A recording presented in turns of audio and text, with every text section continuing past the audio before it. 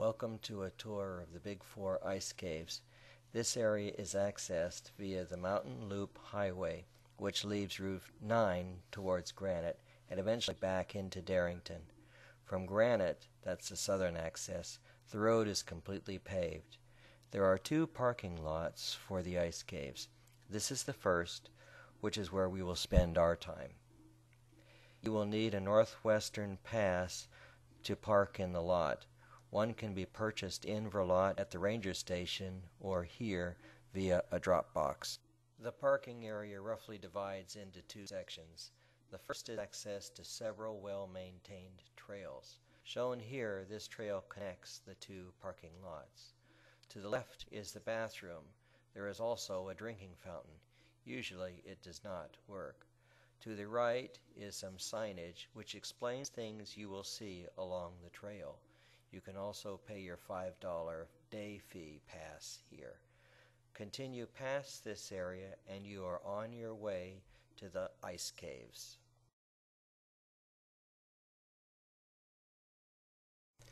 On the other side of the lot are sheltered and unsheltered picnic tables and the brick fireplace, all that remain of the Big Four Inn, which burned to the ground in 1950 and operated for 30 years. There is a large and well-maintained field which is perfect for kids to run around in. Incidentally, the mountain beyond the grounds that you are just looking at is Big Four Mountain, and that's the mountain that the ice caves are located on. Now we are on the trail towards the ice caves. This portion is flat. The whole trail is about 1 mile in length. The initial portion passes the golf grounds for the inn, now partially a series of beaver ponds. That's Mount Dickerson. Continuing straight and past another trail which links the parking lots, we arrive at the new bridge crossing the South Fork of the Stillaguamish River. Past the river, the trail begins an incline which does not end until just before the caves. There are benches placed for rest. When you arrive at this portion of the trail, take the left side. Beyond this, a portion of the older trail has washed out. Note the trees. They were denuded and lopped off during an avalanche several years ago. When the trail eventually flattens out, look for this wood-rock configuration.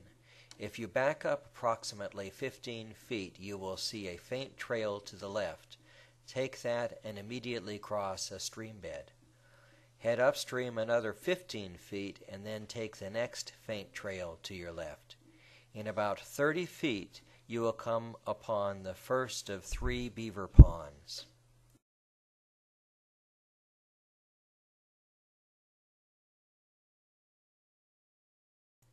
Here is the end of the main trail proper, and it overlooks the first of the ice caves.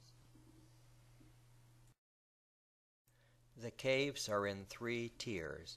I think the second tier is the most interesting, and the third is just slightly elevated and beyond the second. To get to the second, do not take any trail.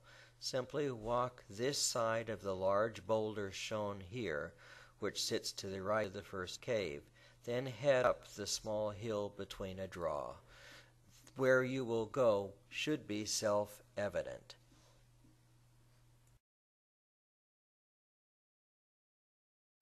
Here is a picture of the ice as you ascend the draw.